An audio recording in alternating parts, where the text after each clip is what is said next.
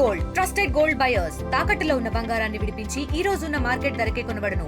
మరిన్ని వివరాలకు సంప్రదించండి 7710 ప్రస్తుతం కేతిరెడ్డి వెంకటరమణారెడ్డి ఉన్నారు మనతో మాట్లాడారు. సార్ అంటే నిన్నంతా ఏడాది పరిపాలన చాలా వైభవంగా జరిగింది, అభివృద్ధిలో శరవేగంగా ముందుకు వెళ్తున్న వాళ్ళు సంబరాలు చేసుకుంటున్నారు.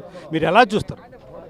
అంటే అభివృద్ధి కొంతమందికే పరిమితమైంది, సంపద కొంతమందికే సృష్టించుకోగలిగినారు.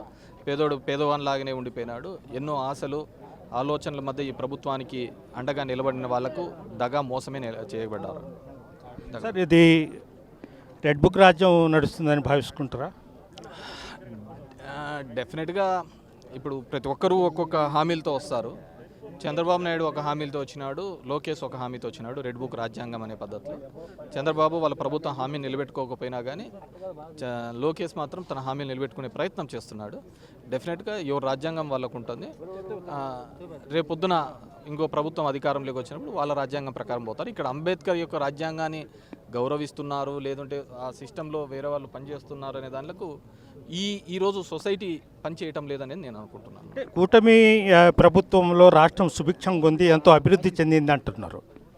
అదే నేను చెప్పాను కదా, కొంతమంది బాగా అభివృద్ధి చెందినారు, కొంతమంది దగ్గర సంపద బాగా సృష్టించుకోగలిగినారండి.